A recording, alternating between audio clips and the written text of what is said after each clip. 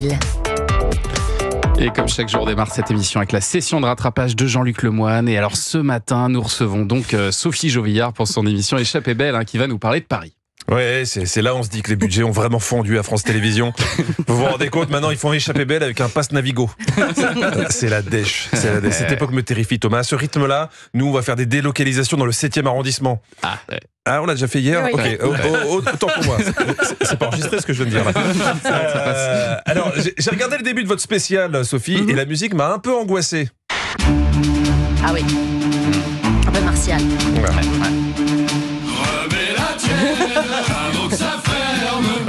Alors j'ai rajouté du Patrick Sébastien pour égayer votre introduction, Sophie, parce que ça sentait pas la fête.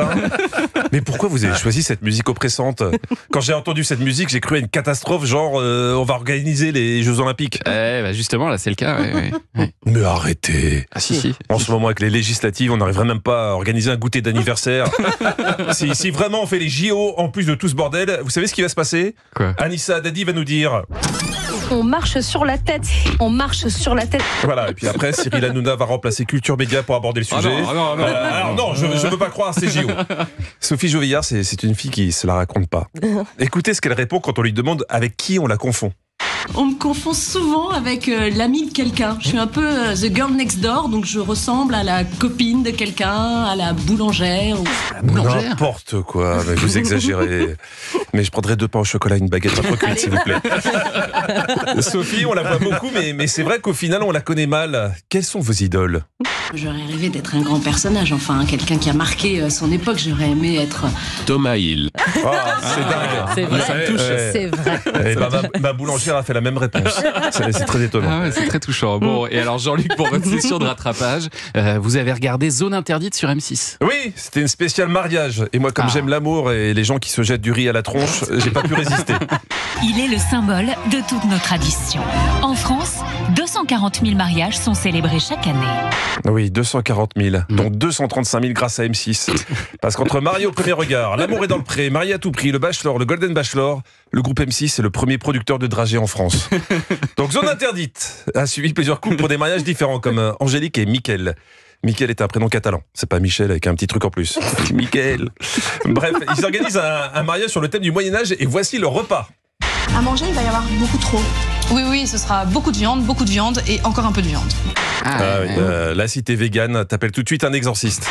Soit impuissant, minuit. La mère suce des Zo à moelle. on est en fer. Vous connaissez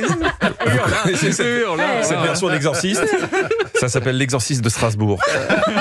Et le crucifix est remplacé par 2 saucisses. Ah, c'est beau. Donc ils se sont donné un mal de chien pour donner un côté solennel et moyenâgeux à ce mariage, en fait pour célébrer la nouvelle reine que voici.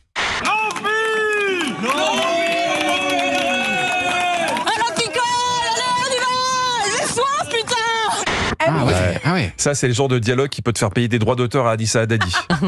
tu l'as pas déposé, ça ? C'est marrant. J'ai pas pensé. J'étais obligé de regarder Zone Interdite parce que déjà, j'adore quand Ophélie Meunier fait la voix off. Ah oui. T'as l'impression qu'elle te raconte une histoire pour t'endormir ou qu'elle fait de l'ASMR en fin de phrase. Ils sont tombés dans le chaudron du Moyen-Âge depuis tout petit.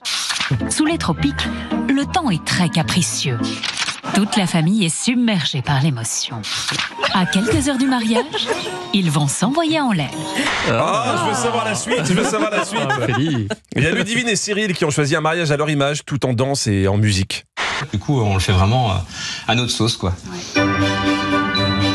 Leur sauce blanche. Qu'est-ce que ça veut dire un mariage sauce blanche ? C'est un kebab ou un Jackie et Michel, ce mariage ?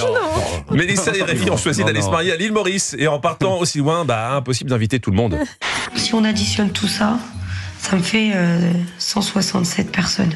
Alors pour réduire la note, ils ont pris une décision radicale en invitant seulement 14 personnes et aucun frère et sœur. Ouais, mais du coup, si t'habites ni frère ni sœur et que t'habites dans le Nord, tu te maries avec qui, hein ? En tout cas, Mélissa et Rémi ont décidé de sauter en parachute avant la cérémonie.